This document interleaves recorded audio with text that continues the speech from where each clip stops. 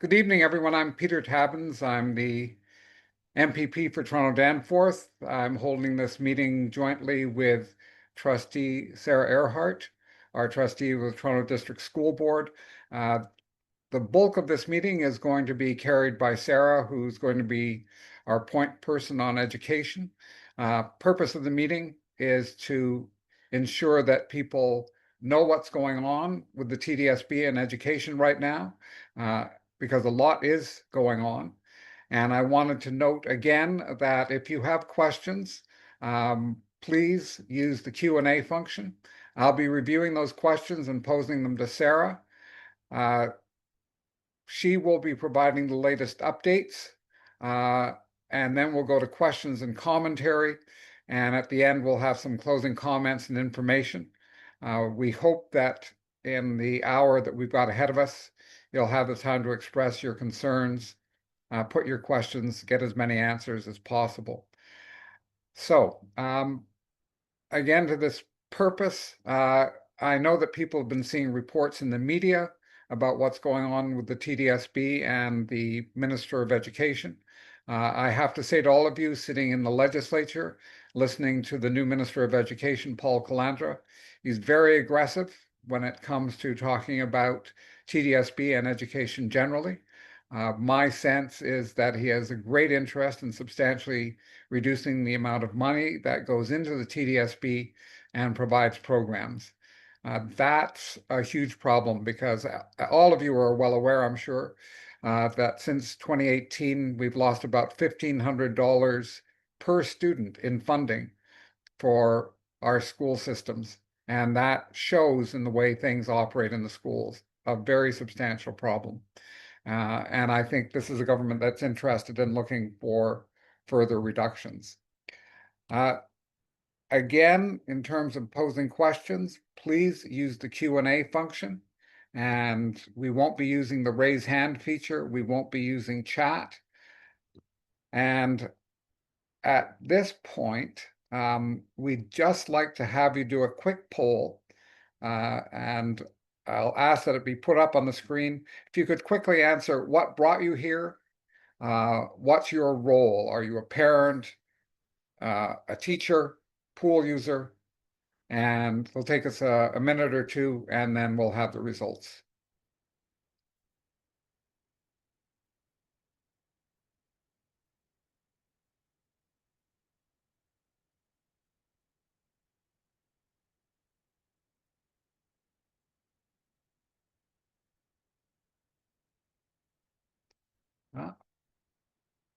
Still in motion.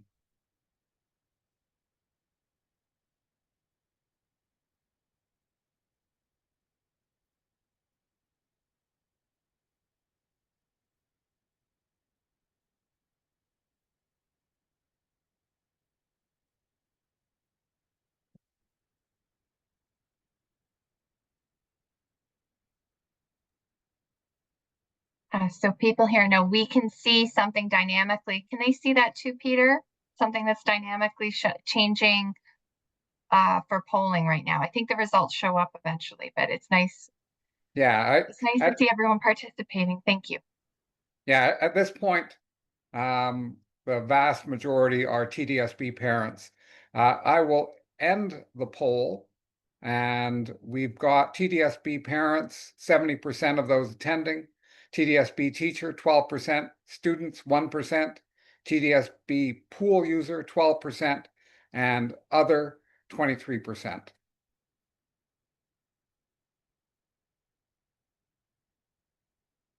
And I'm assuming that people can see those results.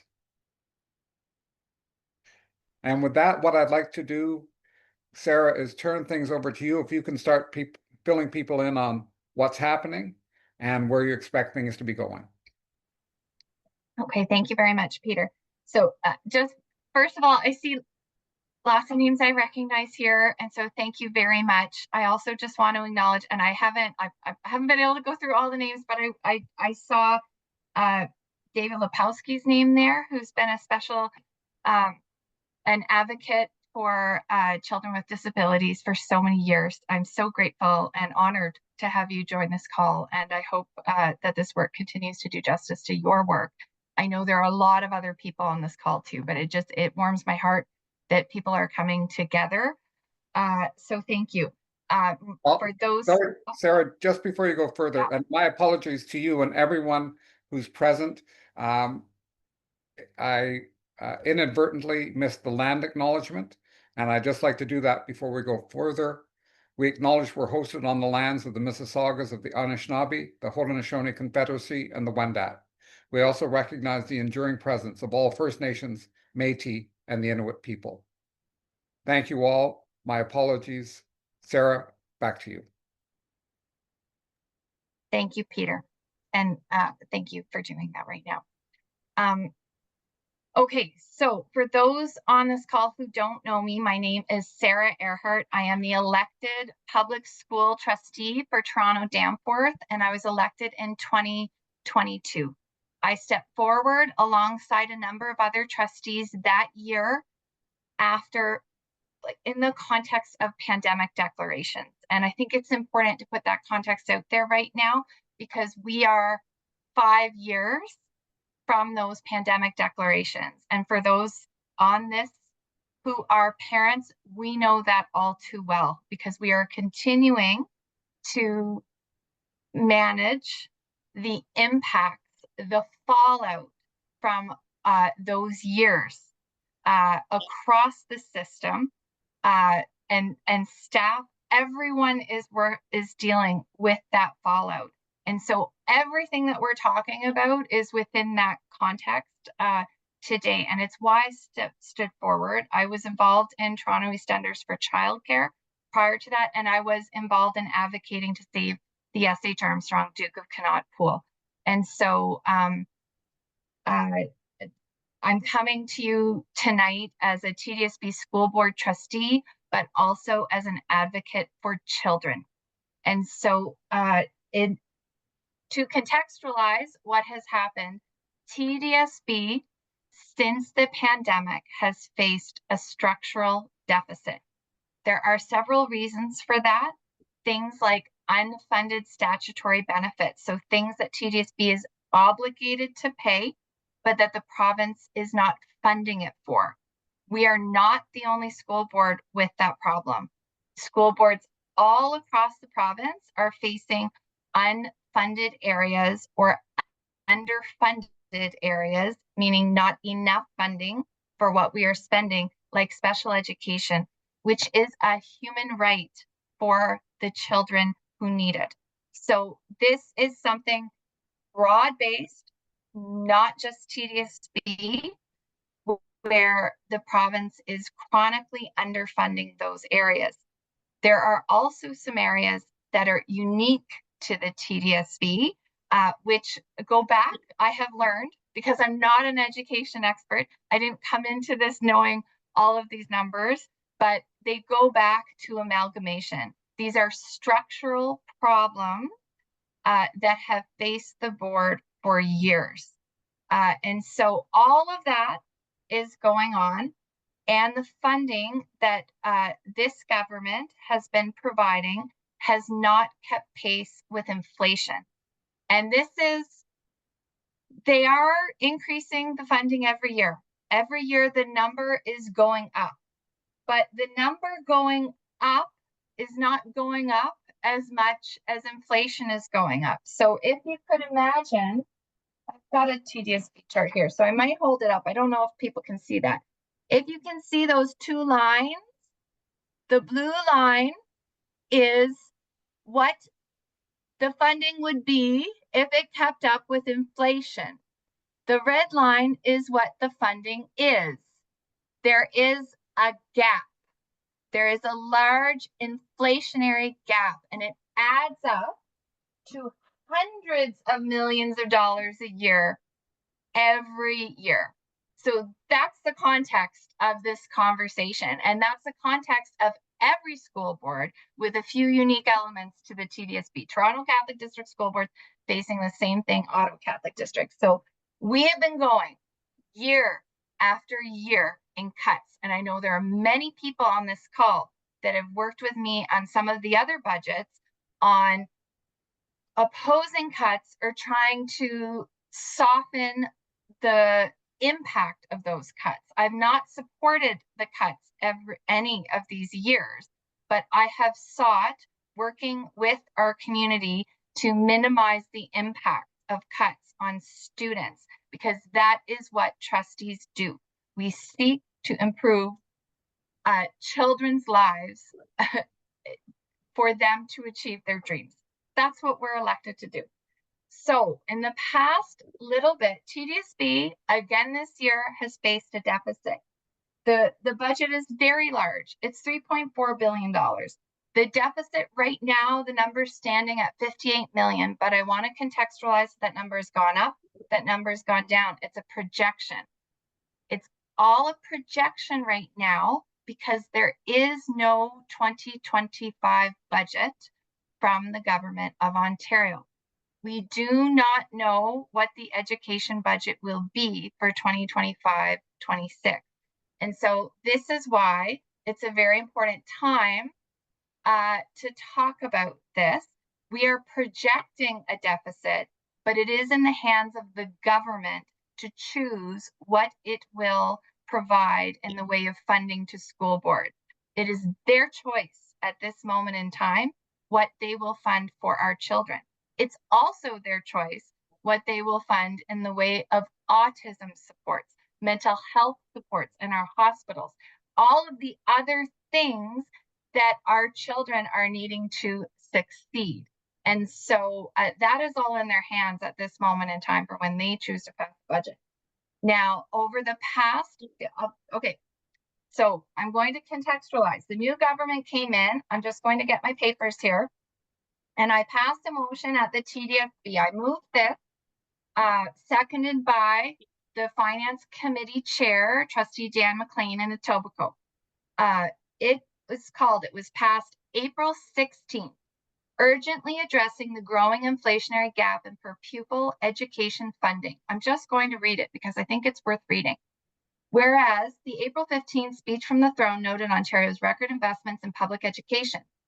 And whereas, despite these investments, there's still an estimated $1,500 shortfall in per student provincial funding when adjusted for inflation. And whereas the Ontario Public School Boards Association has noted that when adjusted for inflation, this is the lowest level of per pupil funding in more than 10 years. And whereas the 2024-25 budget cycle had 31 of the 72 Ontario school boards in deficit. And whereas school boards were never reimbursed for the extraordinary costs that were incurred to ensure schools were as safe as possible during the COVID pandemic, which includes 61 million incurred by the TDSB.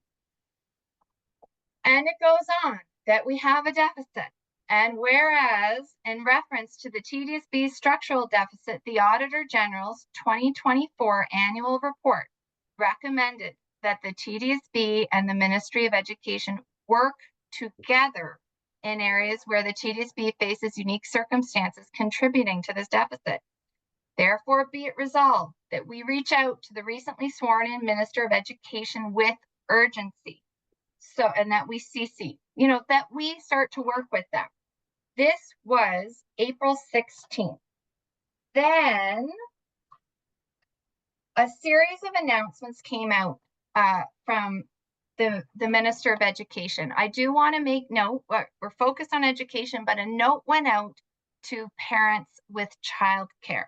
It went out saying that their fees may go up in 2026 if the federal government doesn't negotiate with the province, which is unbelievable for anyone who has been following this, like every parent on the East End with a child, which is that the province, our province, has been a laggard in coming to the table and building the childcare system. They systematically denied Toronto capital funding to build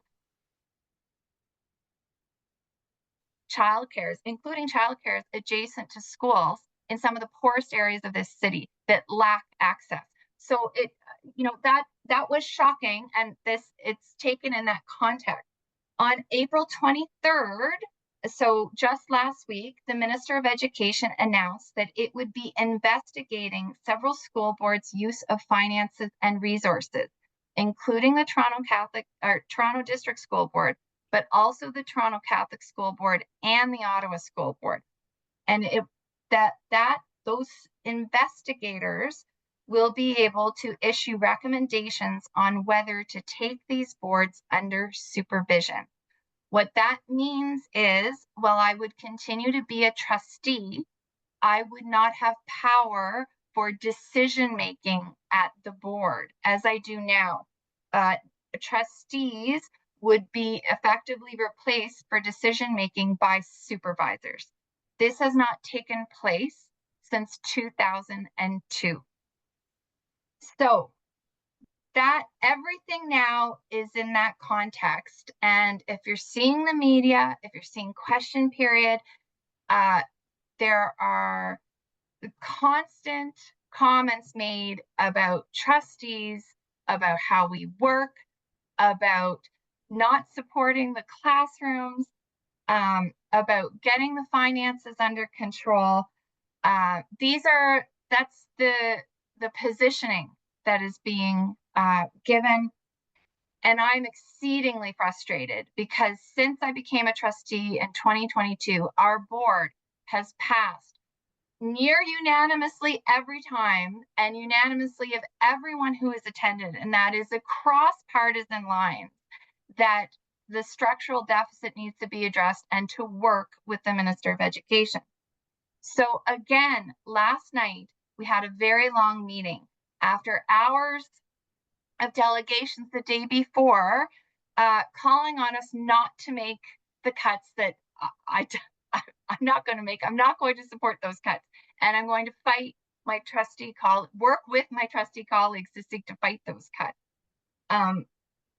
But we have been up every night in debates on how to approach this. And yesterday, we passed a motion to again continue to seek, and this was unanimous, put forward by me, seconded by the FBEC chair, to continue to seek to engage the Minister of Education with urgency regarding the budget, expressing a desire to work together, particularly in areas where the TDSB faces unique circumstances, with the shared goals of supporting student achievement and well-being, which is what I have taken an oath to do.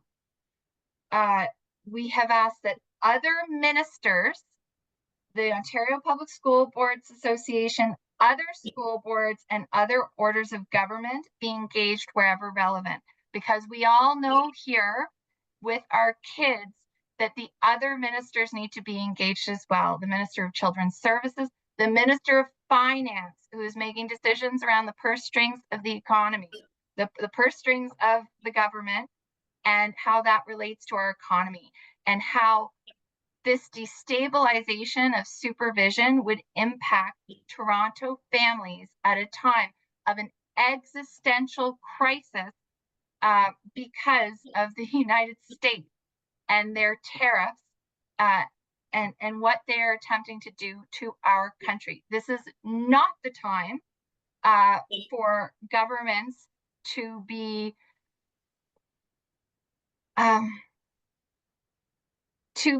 debating and making statements over media. This is the time to be working together to stabilize the situation for businesses and families and for our children. And I know everybody on this call knows this. I know you do. Like I feel it and I know it. And we are going to continue to work on this. That's where this is. Thank you, Peter. Okay, the next meeting, because there's lots of questions like, where are we at now? Keep going in the media. I'm going to keep encouraging that we work together, but the minister has threatened supervision and he continues to. TDSB is being faced with balancing a budget or supervision. Our next finance meeting is May 15th, and an Ontario budget is imminent. I think it's a key time for us to be organizing for education and our kids.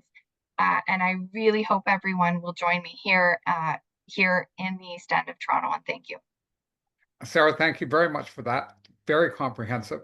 I want to remind everyone who's participating to put your questions in the Q&A, and Sarah will try to get through as many as we can before we wrap up at 8:30. Sarah, you may have covered a fair amount of this, but I'm going to put the question, why does the TDSB want to cut programs, and why is it not taking the government to court? Uh, the TDSB does not want to cut programs. I haven't explored whether the TDSB, I personally have not explored whether the TDSB could take the government to court. So thank you for that. I do not know, but we are a creature of the government, I would also say. And so I just keep emphasizing that the government could make different choices. But thank you. Okay. But I do want to say we don't want to cut programs, and I don't want to cut programs, and there's nobody that I see in the room there that wants to cut programs. Thank you. How has the funding formula put in place by Mike Harris back in the day affected the shortfalls in education for school boards across Ontario? So this is a good question, and there are people that would be able to answer this far better than me. But what I can tell you, as a 45-year-old mother who was in my 20s at that time, the challenges that are taking place now go back to that time. There are still funding formulas like salaries and benefits where the grades for Toronto started higher at that time and ought to justifiably be higher because we are the city of Toronto. We face a unique circumstance, and they are not funding us for that amount, they being the provincial government. And so these are structural deficit issues. This is what the Auditor General said we need to start to talk about, because this has gone on for decades and it's going on at the expense of our kids. Okay, thank you. Here's a question for both of us, and Sarah, I think you'll go at it first. During question period today, Paul Calandra stated, quote, instead of cutting programs, TDSB should reduce the number of superintendents. How will you both respond to this statement? Sarah, do you want to go first? It's an excellent question, because I will say for parents here, I know you're feeling frustrated by working with the TDSB. I get the constituent questions, see it every day. Central budget cuts have taken place every year that I've been a trustee. I voted against them. There were $5 million in central budget cuts last year that I voted against that led to a restructuring where superintendents took on more schools, and where parents will see that they've have many new principals, new vice principals, and new superintendents. We are just forming from that.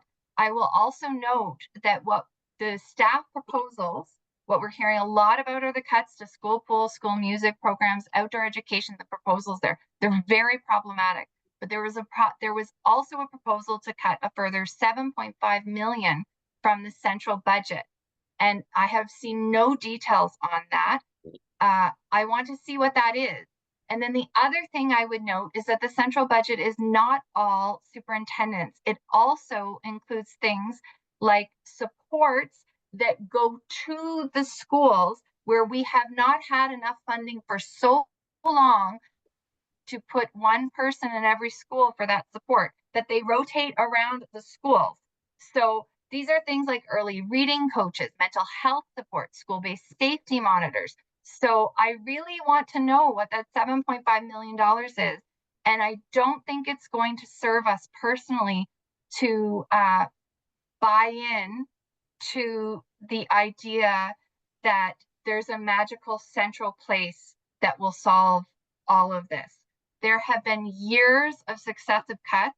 There is an audit committee that constantly reviews what's going on and suggests efficiencies every year, as we should for a $3.4 billion agency. Of course, there are some efficiencies, but this is all being done in this pressurized environment with significant shifts every year. And I know parents know that that's impacting. While everybody is doing their best and there's still joy at the schools, it is impacting the whole system. And so I am also concerned with central staffing cuts. I don't think it's a magic bullet. Sorry, Peter, I went on long on that.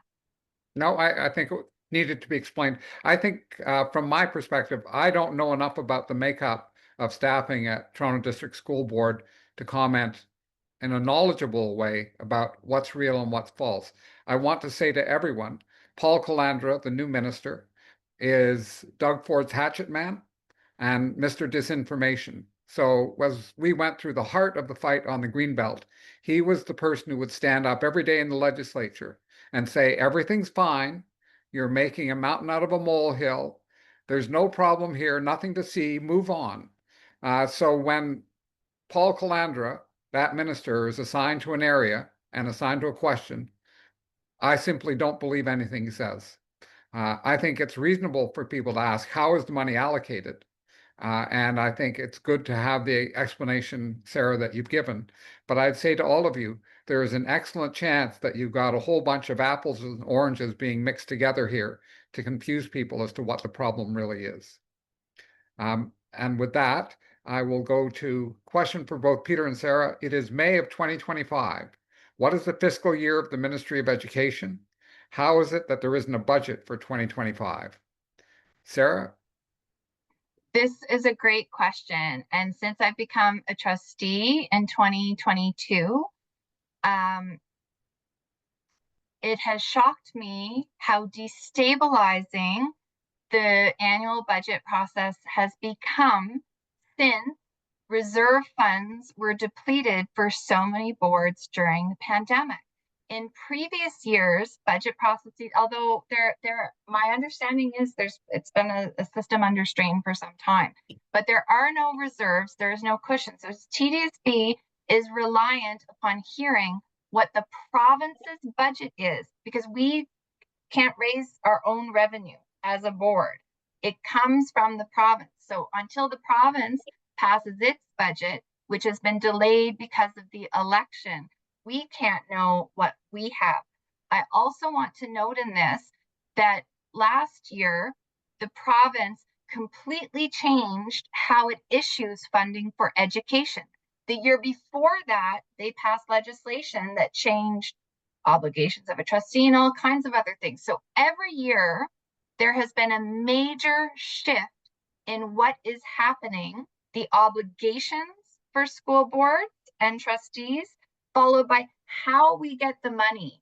There was no training provided to staff in advance. There was nothing provided for trustees. There was no consultation or engagement.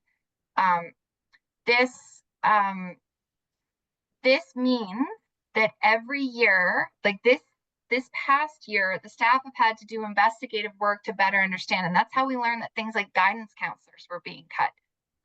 Because as they are slicing the slice thinner, like let's say a cheese analogy, they're slicing the slice thinner by not keeping up with inflation. Changing how they fund school boards has been poking the holes in. And so we're left with something very fragile and very frail from an overall sustainable funding perspective. And of course, I would support some multi-year stability in this system, which the Minister of Education and the Government of Ontario could choose to do. Okay, thank you. We're asked again, which cuts is the TDSB planning on making right now? And I know since the question has come up about school pools, traveling music educators, could you fill in on what's happening here? Yes. So TDSB is in its annual budget process. And I don't like this process because ever since I've been a trustee, it's been talking about cuts. And I don't support cuts. And I am opposed to the proposals that have been presented. But what TDSB staff have presented an option so that we could balance the budget based on the projection of what we think the Ministry of Education will provide next year. So that's what we have been discussing as a board of trustees this past week. We will continue those discussions, the next meeting being May 15th until into June. And most years it goes right into June. Uh, the proposals are concerning. I am concerned. I don't support them, and I am prepared to continue to advocate with my trustee colleagues on that. I think we're gonna see a child. Oh no, we won't. A child maybe almost came in. Sorry. Okay.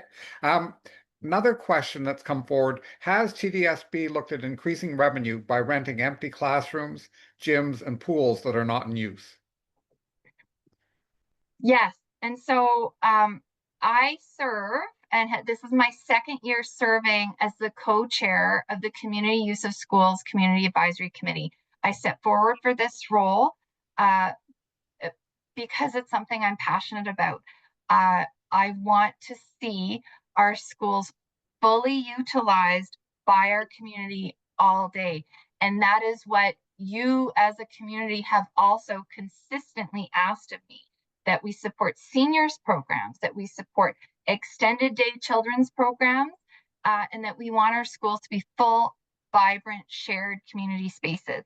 And so that is why I have served on that committee and have sought to take that committee through a process which I've never fully agreed with, of increasing their rate um, to um, to bring in more revenue on that so that we are balancing those costs. I will note that this government removed subsidies for community use of schools as one of its early acts in government prior to the pandemic. And since then, Toronto, all boards have not had any ability to provide community users space other than the full cost that we incur. There's a very, very small grant. And so it's important to know that while those rates are now increasing, many of our community users have absorbed 10% up to 25% rate increases in the past year or two, which are being passed on to you as families, disproportionately impacting low income people in our communities. I think there's just less and less that can be done there. It's about the affordability of offering programs to everyone in our area. I hope that makes sense, because it's something I commonly hear, like, why can't we just rent out more? But it's about what is our community's ability to bear the cost of paying for these programs. And I do continue to serve very faithfully on that committee to seek to enhance and promote community use of schools. I hope that's helpful. It is. This is a question for me, but Sarah, you may want to weigh in. I'll be very brief. How likely is it that Ford may be wanting to impose a takeover so that he can finally lift the moratorium and control the sale of real property owned by the TDSB for the benefit of his developer friends, the way he did with the Greenbelt? And I have to say to everyone, having watched this government operate, I'm always fearful that they will take the opportunity to sell off public assets to the profit of private interests that have some connection to the premier. So I don't have evidence of that, but I certainly have a suspicion of it. Sarah, do you want to comment on that? Um, I I'm very opposed to that idea, right? So I can only speculate in terms of the thinking of this government and the premier, but I know that it would be something that our community and that I would oppose very, very strongly. There are, as I understand it, some safeguards to uphold public property in the event of dispositions, because as a school board trustee, we have disposed of some public land. We have disposed of public land, meaning that we have turned it over for sale for great things like affordable housing, for splitting off parts of parking lots to be able to do community housing. We've been able to do partnerships for, we just approved one just last night in Scarborough that would allow for adult programming for adults who are transitioning out of the TDSB system and lack supports in that critical age group from 18 to 21. We continue to do that. So while there are many trustees that support lifting the moratorium while we remain trustees so that we can right size some of the schools, because there are some parts of this city like Etobicoke where there are kids in high schools where they would benefit from some consolidation so that they can get the course choice that they want, but that we would continue to use the properties for public value and public use. And so please know that come what may, I will continue to advocate for public benefit and public use of all of these beautiful spaces. I hope that's helpful. Thank you. Thanks. Sarah, another question. To what extent are these cuts really, sorry, I'll try to rephrase it. To what extent are the government's actions about trying to promote efficiency? And how much is this about collapsing public education in an effort to drive parents and families into private schools? I wonder this a lot because I see the literature.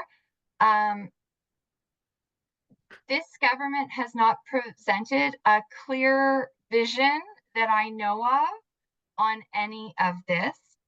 But it is a concern.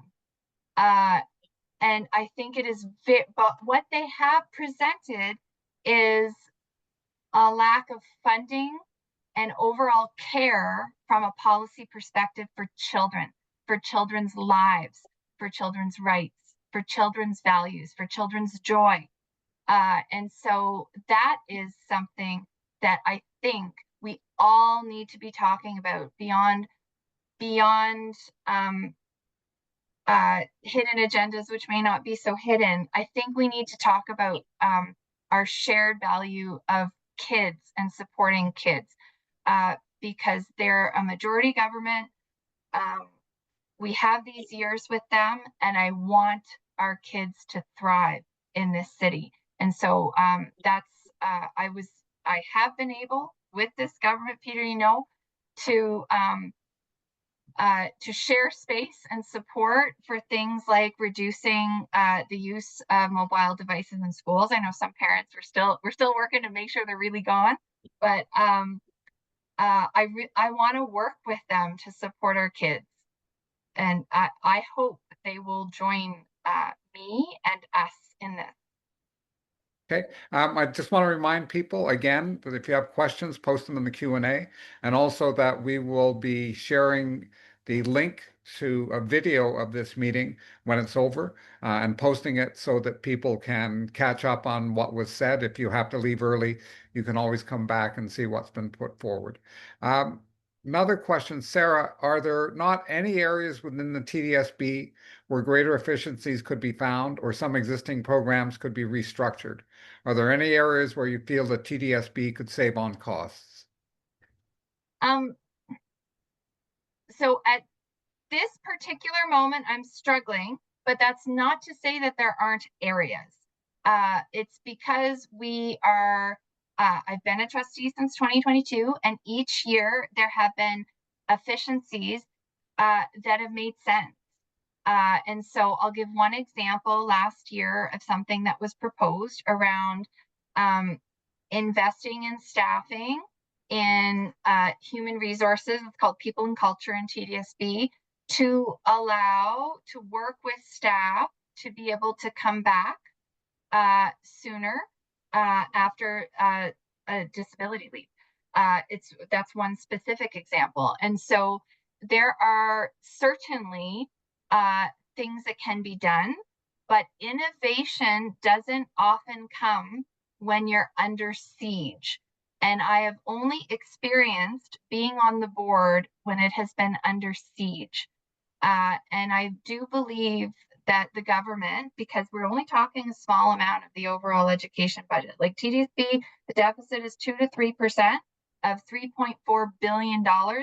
I would like to see our educators and our school board have some space to innovate rather than be under siege. Yes. Okay. Thank you. Sarah, the board has said a number of times that they spent a lot of money during the pandemic to deal with extra programming and to keep things afloat. Was the province asked to reimburse for those funds? And how did they, I know they haven't reimbursed, but how did they respond? Because that's quite a few $1 million that the board no longer has for maintaining operations. Yes. So this has been brought forward each year that I've been a trustee. We've asked the ministry to reimburse. Other school boards have as well. They've not done so. We have to ask them their reasons, right? Because again, these deficits are in part manufactured because it is in the hands of the province how much they choose to fund school boards. And so they know what areas we are required to pay, like statutory benefits, that they don't provide funding for. And so they know when they don't provide targeted funding for that, that we are necessarily taking it from flexible funding that could serve kids. They know that, and so that is their choice. Okay, thank you. Asked, what is the status of school lunch programs? School so oh school lunch program. Oh, so in terms of public funding for school food, school nutrition. Um, all I have in the question is school lunch program. Sorry. So this is a good area, and I don't have a clear update. So I would encourage the person asking to please feel free to send me an email so that I can provide some detailed information.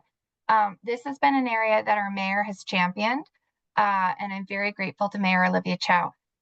In Toronto-Danforth, we may not see the immediate impacts of increases to what we're calling school nutrition programs because we in the rankings citywide, the funds will largely be distributed to other areas to start.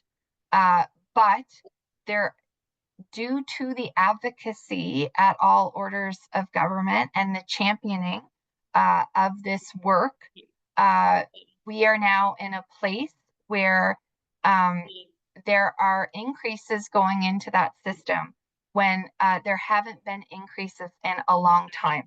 There is still a lot more needed. The program needs to be expanded, and where the program exists, it needs to be fortified, which means that it can serve more children and be better equipped to serve those children in culturally responsive ways. I hope that's helpful. Okay. If moratoriums are lifted on the closing of schools that may be, I'll say, underpopulated, would that allow the board to close programs like alternative schools, specifically elementary alternative schools? Alternative schools are now seeing a disproportionality in the higher number of students who are neurodiverse or require special education resources. However, given the school size, there are fewer resources available. I love you, honey. I'm going to answer this question. Okay, you're on the screen. I'll let you go. Bye. Um.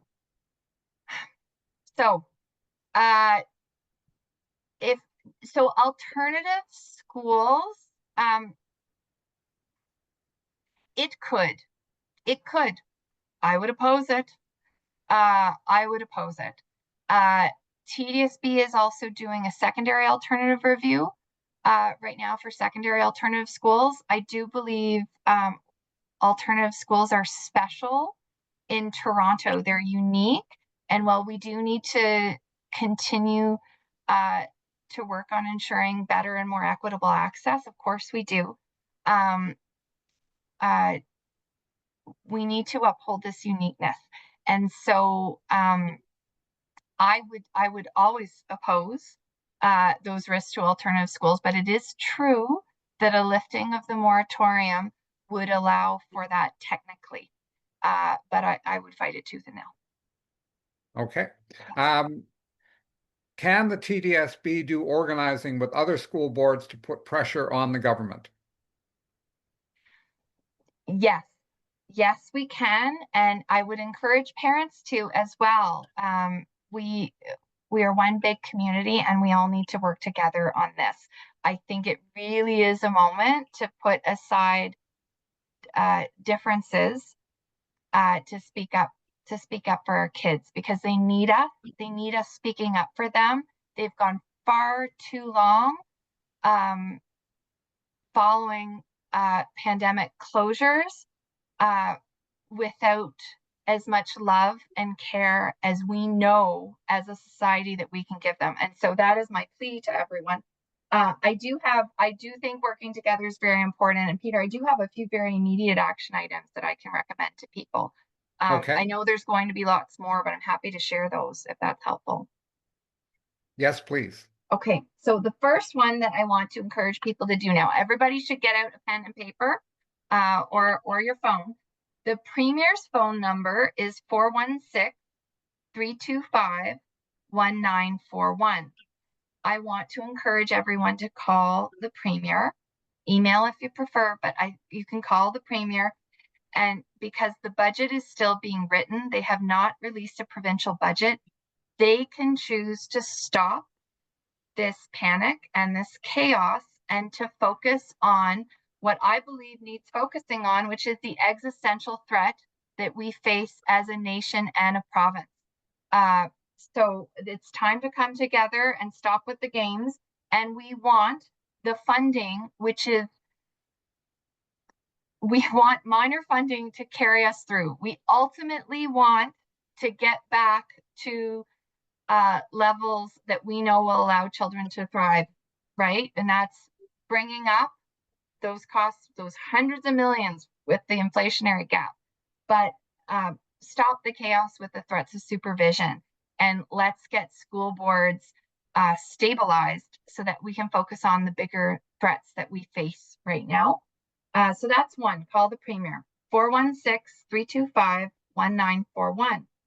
Two, I want to encourage people to engage in local action. Here in the East End, we're having parents are organizing a gathering on Saturday from 11 a.m. to 1 p.m. at Robertson Park, which is the southwest side on the Danforth, just west of Coxwell. And I understand there's going to be paper, the ability for kids to make art that can be delivered to the minister. Speaking about what we love about our schools, what makes them amazing, and why we want our schools to thrive and why we want our children to thrive. It can be about more than schools. It can be about all the supports that our kids need. And three, I want to encourage people to talk to friends. I think in this dialogue, it can be very easy to say, this should be done, that should be done. And I don't want to, I really do want to hear from people with ideas. That's not meant to shut down debate, nor is it to, I think we need lots of ideas, but I think it's important that we speak very frankly about the chronic underfunding and the hundreds of millions and how we need to go from a place where every year we're chipping away, where we're seeking to find magical efficiencies or just more efficiencies or being asked to do more with less, asking to innovate while being under siege. We need to start to talk about how we put in place supports for children and how we turn that tide on that inflationary gap so that we start narrowing that gap again, how we start addressing the infrastructure funding gap. We just have to get started. The numbers are very big. We just have to get started and turn it around. And I think talking to friends about that would be incredibly helpful because I think it's a message we all need to get behind right now. Okay. I just want to note, folks, that we will be sending out a list of action items when we send out this video. So you will have an opportunity to see some of this information. And Sarah, you did repeat Doug Ford's phone number there. That's handy. We're getting very close to the end. Quick, one or two quick questions. Sarah, I'm assuming that we're at the beginning of the advocacy on this fight, but I could be wrong. People wanted to know what stage we're at in terms of the fight back to protect the education budgets. I think there are people who may know, I don't have a crystal ball here. There have been people fighting for all of these services, education, childcare, supports for children with special needs for decades. And as mentioned, some of the issues are structural and have been in place now for decades. I think in terms of this fight for this immediate budget at the TDSB, we have just days, I think, maybe short weeks before there's a provincial budget when they announce, because it's in their hands right now. Beyond that, we're in weeks for trustees to pass a balanced budget, though the ministry has said like we're being investigated. They're going to appoint an investigator, but they could choose to take us under supervision at any time. Should either passage, whether under supervision or whether there is a balanced budget this year with cuts that I do not support, we still have to turn the tide and start to fund the things we know for school. Just like Peter, as you've been a staunch advocate around climate change impacts, public health impacts, and the need for clean air and air conditioning in our schools and upper temperature limits for workers. We need to turn the tide on all of these areas and get out of doing more with less for our kids. We have to start to stabilize these systems and stop the crisis. And so that is a fight that I believe, that is the advocacy that I believe we all need to start to do, to continue to do together. And I think while it's uphill, there's really nothing, we got to do it. It's our kids. We got to do it. Okay. We're at the last few minutes, and we're going to need some wrap-up statements. I'm going to say one or two words, Sarah, and then I'm going to turn it over to you.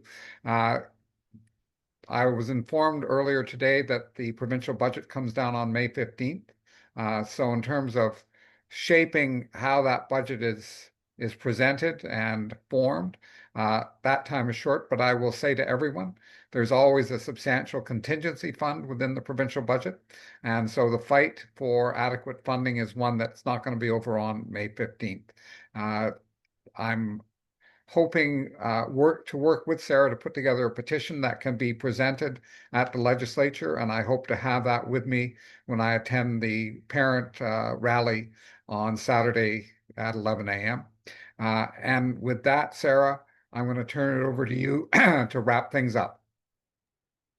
I just want to say a big thank you. Seeing so many people here, it warms my heart.